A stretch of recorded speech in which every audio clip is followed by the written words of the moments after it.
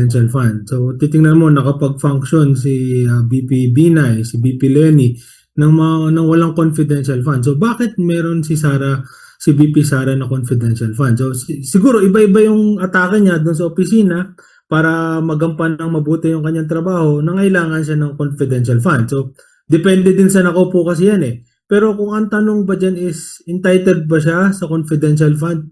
Sa batas natin, titingnan mo, entitled siya, no? Na non-government, civilian government agency are entitled to confidential fund. Pero, it's very unlikely, no? Nagampanan nung dalawang nakalipas na vice president yung trabaho nila bilang vice presidente nang walang confidential fund. Pero siya meron. No, yun naging parang bakit meron siya. Ano yung kakaiba sa kanya bilang vice president na nangailangan siya ng confidential fund? So, yun ang inaantay natin explanation sa pagdating ng defense sa kanilang presentation. Bakit nga ba mayroong confidential funds yung vice president? Yung nakita natin kahapon is one side of the story. One-sided pa lang yan. Sabi nga ni Senator Robin Padilla na dapat wag kayong one-sided. Pero one-sided pa lang one side pa lang nakita natin kahapon. Yung presentation ng prosecution. So kailangan nating antayin ngayon yung presentation ng defense. Kung bakit meron confidential funds si BP Sara at saan niya ginamit yon. Para mas makita natin yung buong picture, maliwanagan tayo. Anomalous ba talaga to? May anomalya ba talaga kung bakit meron siyang confidential fund? Yung ibang nakalipas na vice president, wala. So we need to see or listen to her explanation. Saan niya ginamit?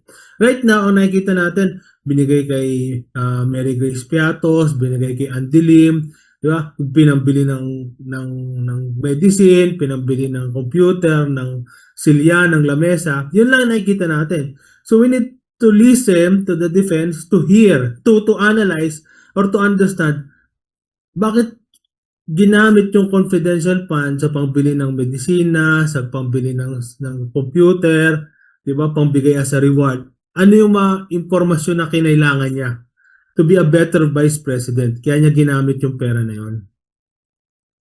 Opo, iyon. And pero ito, attorney, maitanong ko lang, attorney Jericho, yung confidential funds, attorney, ito para malinawan lang yung mga audience natin. Yung confidential funds, attorney, legal ba ito? Normal ba ito o hindi ito legal? Hindi ito normal, attorney?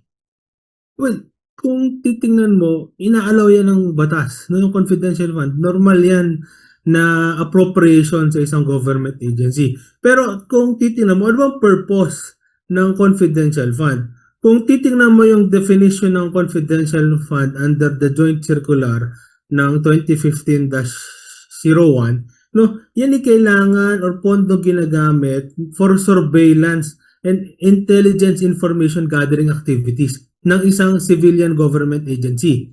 No? So, kailangan nakaakibat o nakadikit dyan yung pagpamatsyag, paghahanap ng impormasyon, pagkuha ng iba't ibang detalye ng ibang bagay para masuportahan yung pagtatrabaho niya bilang vice presidente.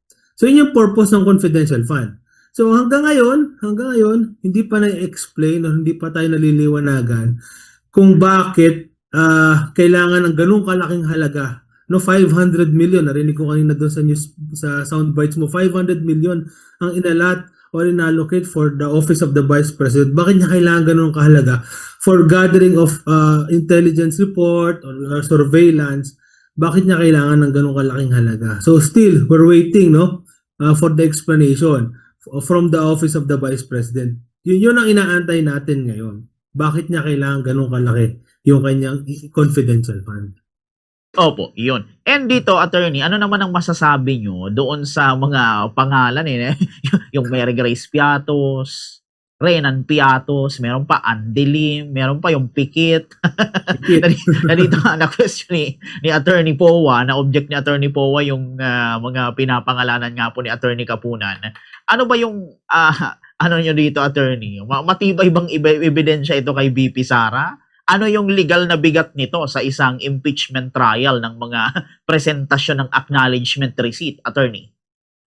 Okay. Nakita mo kung gaano ka-witty, no? Yung gumawa nung acknowledgement receipt na yan. Unang-una napatunayan na sinabi ng Philippine Statistical Authority na walang magantong pangalan nakaregister sa listahan ng mga Pilipino, no?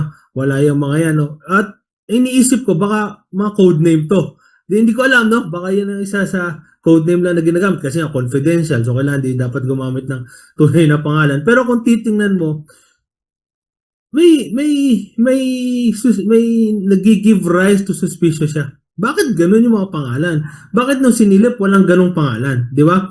So nagbibigay siya ng dahilan para magtaka yung mga tao. Sino nga ba tong mga to? At bakit ganun yung mga pangalan niya? Andilim, Mary Mary Grace Piatos, may Nova pa, may Harina pa, may Bolsak pa nga eh. Di ba?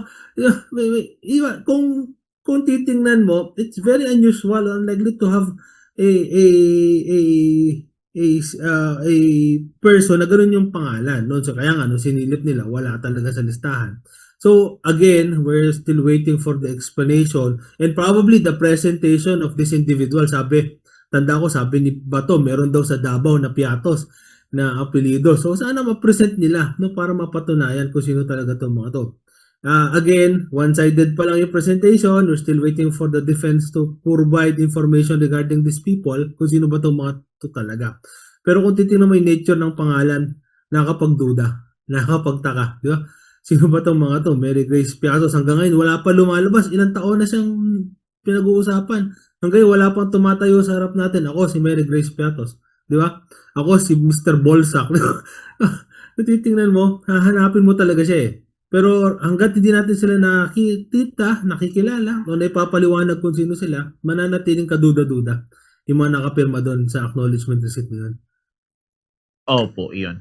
And dito nga, attorney, paano nyo naman, attorney, maipapaliwanag? O sa tingin nyo, attorney, paano po maipaliliwanag ng depensa o maipagtatanggol sa korte yung legality ng paggamit ng confidential funds kung saan nga po lumitaw sa mga dokumento na ibinayad umano bilang reward sa mga impormante. Yung mga gamot tulad po ng 70,000 pesos na halaga ng medicines kay Mary Grace Piatos na ayon sa COA labag sa umiiral na joint circular, attorney. Well, may notice of disallowance na alam ko. Yan yung pinabili ng gamot kasi nga hindi siya qualified expense with regard to confidential fund. Hindi dapat ginagamit sa pambili ng gamot. Although ni-justify nila yan as a reward. No, to save face or to save the side of the defense, kailangan nila i-justify. Kailangan nila to prove na itong 500 million ginastos namin ng tama. And how can they prove that? They're providing the necessary document and giving us proper explanation. Na itong 500 million, ginamit talaga yun for surveillance, for intelligence, or information gathering. No? Yun yung kanila ngayong dapat patunayan pag nagkaroon na ng turn yung defense na ipresenta yung kanilang side. No? Yung 500 million kasi na nakalagay as a confidential fund for a specific purpose lang yan, no? Surveillance, intelligence, information gathering. Yun lang, doon mo lang siya pwedeng gamitin. No? Pwede mo siyang pangbayad as reward, pwede pangbayad ng safe houses na gagamitin mo, pwede siyang pondo ng mga activities in order for you to properly accumulate the necessary information na kailangan mo. So dapat, pag nag-explain sila, mapatunayan nila na yung 500 million na gamit dito sa mga bagay na to. Yun yung kailangan nilang pakita sa atin. And we're waiting, no? We're very curious sa side ng defense kung paano nila gagawin yun. No, kung paano nila justify yung pagkuha ni Mary Grace Piatos ng 70 million, pagkuha ni Song Piatos, ni Nova, ni Harina ng magatong halagang pera. No? So yun ang inaantay natin, no. Kaya medyo interesting kahapon yung mga pangalan at the same time paano ngayon nagiging curious ako, nagiging curious yung tao. Paano nga ba i-explain ng depensa itong mga to? Yun ang inaantay natin sa mga susunod na araw. Opo. Palagay nyo, attorney, itong mga pangalan na sinabi, itong Mary Grace Piatos, yung may Innova pa nga, yung Harina, yung Pikit, may Patiting pa yata, mga ganon. Dapat ba, attorney, i-present nila ng defense ito sa impeachment trial? O paano, attorney, kung hindi nila ito maipresenta yung personal talagang mga tao? Makaka-apekto kaya ito, attorney, sa defense, Attorney Jericho? Well, may palusot dyan, no? Kasi nga confidential eh. So, ibig sabihin, yung mga tao to nagbigay ng mga impormasyon na confidential in nature. So, pwede nila sabihin, hindi namin pwede i-present ito, mako-compromise yung tao, mapapahamak. Dahil nagbibigay ito ng mga confidential information sa amin eh. Pwede lang sabihin yun oops, ito, totoong tao yan. Pero dahil nga dun sa nature ng mga information na binibigay nito sa amin at mga nalaman namin from them, hindi naman sila pwede ilabas in public. Pwede nilang maging isang isang basis nga or isang ground itong mga pangalan na to ay code name eh. Codename to mga pangalan to kasi hindi namin pwedeng ibigay yung totoong pangalan nitong mga taong to kasi nga yung nature ng information na binibigay nila sa amin confidential. Kaya nga patago eh, di ba? Hindi dapat malaman eh. In fact, when you submit reports, dapat nakasilyado tong envelope na to eh. Kasi hindi siya dapat nalalaman. Otherwise, mako-compromise yung information or yung source of information mapapahamak. Diba? Pwedeng maging ground na yon ng Vice President. Pero then again, we're still waiting for their clarification regarding this. Mas mabuti kung mapresenta nila at makapag-explain, makapagsalita itong si Mary Grace Piatos para mawala na yung haka-haka ng mga tao kung totoong tao ba siya o hindi. Di ba? Mas maganda yon. Pero again, the nature ng kanyang information na binibigay, baka mapahamak o makompromise. So, hindi natin alam. Actually, hindi ko talaga alam kung sino si Mary Grace Piatos. I have no way para maintindihan kung ano talaga yung binigay niyang information sa Office of the Vice President. Pero yun, yung mga nakikita kong pwede maging dahilan. Opo, yun. Okay. So at least naliwanagan tayo doon, attorney. Pero dito, attorney, sa technical naman na aspeto ng auditing, ng batas, attorney, yung implikasyon ng pagkakaroon ng mga pangalan sa resibo na pinatunayan ng PSA and NBI na walang birth records o kahina-hinalang pagkakakilanlan, attorney? So, magiging questionable. Questionable yung acknowledgement. Kanino mo binigay? Kung di totoong tao yan, sino tumanggap? Something na magbibigay sa atin na, again, magtatanong tayo, binigay mo kay Mary Grace Piatos, hindi mo palang totoong tao yan. So, sino kumuha ng 70,000 pesos na worth ng medisina? Di ba? So, patuloy na nagbibigay ng dahilan para magduda at magtaka yung tao. Kung sino ba itong mga tao to at sino kumuha ng pera. Kung hindi mo maipipresenta yung kumuha ng pera, sino tumanggap, then yan, patuloy na magtatanong at magdududa. Magkakaroon ng issue, hindi matatahimik yung mga nagtatanong kung sino ang kumuha ng pera. Okay, yun. And dito, attorney, attorney, yung nakikita yung posible na susunod naman na hakbang ng prosecution and then ng defense matapos ngang mailantad yung mga depektong ito sa documentation and ang paglabas ng COA ng notice of suspension sa mga transaction ng OBP, attorney?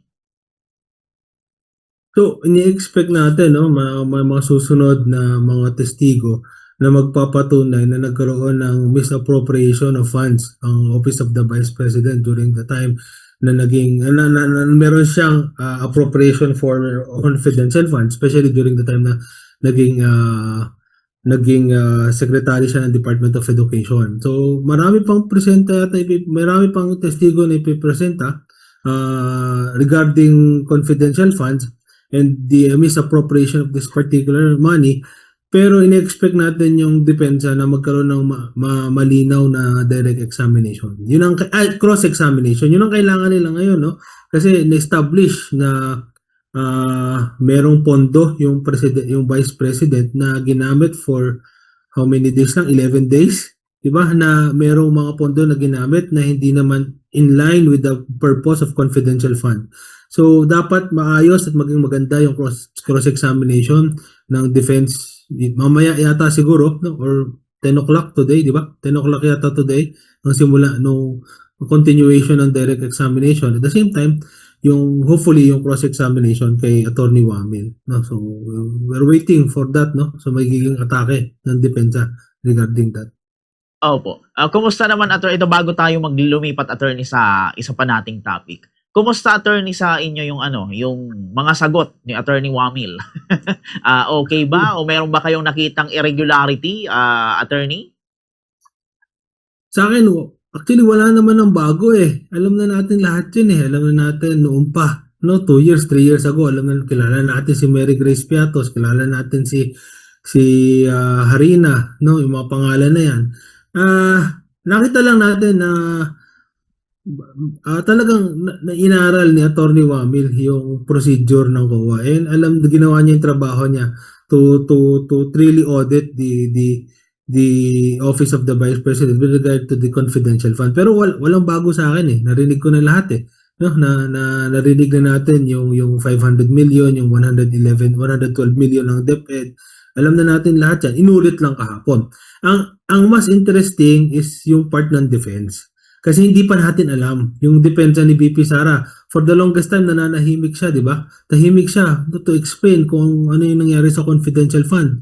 Ano yung nangyari dun sa pera na binigay sa kanya. So, yun ang mas inaantay ko, yung explanation or yung presentation ng defense. Kasi hindi natin alam yun. Yung sa prosecution, noon pa natin alam lahat yun eh. Paulit-ulit na lang. Pero yung sa depensa, wala pa tayong alam kung ano. So, we're waiting for that. No? Mas interesting yun. Mas maganda. Tingnan natin kung paano nila kukontrahin itong presentation na to.